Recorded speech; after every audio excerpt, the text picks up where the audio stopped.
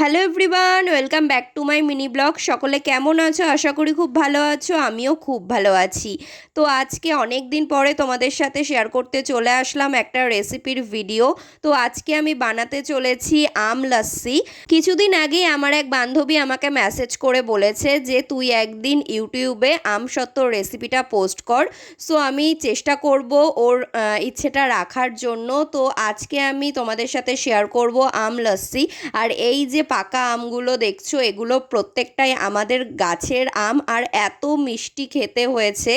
আমি তো এখন ডেলি আম খাচ্ছি। তো তোমরা কারা কারা আম খেতে পছন্দ করো অবশ্যই কমেন্ট করে জানিও। তাই ভাবলাম চলো তোমাদের সাথে আজকে শেয়ার করি একটা সুন্দর ড্রিঙ্কস। আর এখানে দেখতেই পাচ্ছ প্রথমে আমটাকে আমি মিক্সড করে নিয়েছি, আর কিছুই না, এর সাথে মিশিয়ে নেব স্বাদ মতন লবণ, চিনি, আর অ্যাড করেছি টক দই।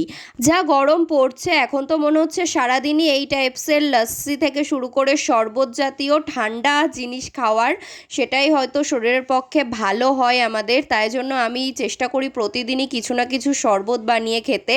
তো মাঝে মাঝে তো আমি নুন চিনির জলও খাই। যাই হোক, সেটা তো আর শেয়ার করার কিছু নেই। তাই ভাবলাম আজকে যেহেতু আমি আম লাস্সি বানাচ্ছি, তাই তোমাদের সাথে একটু শেয়ার করা যাক। আর লাস্টে আমি একটু ওপর দিয়ে পাকা আমও ছড়িয়ে দিয়েছিলাম ডেকোরেশনের জন্য, যদিও সেটা দেখা যাচ্ছিল না।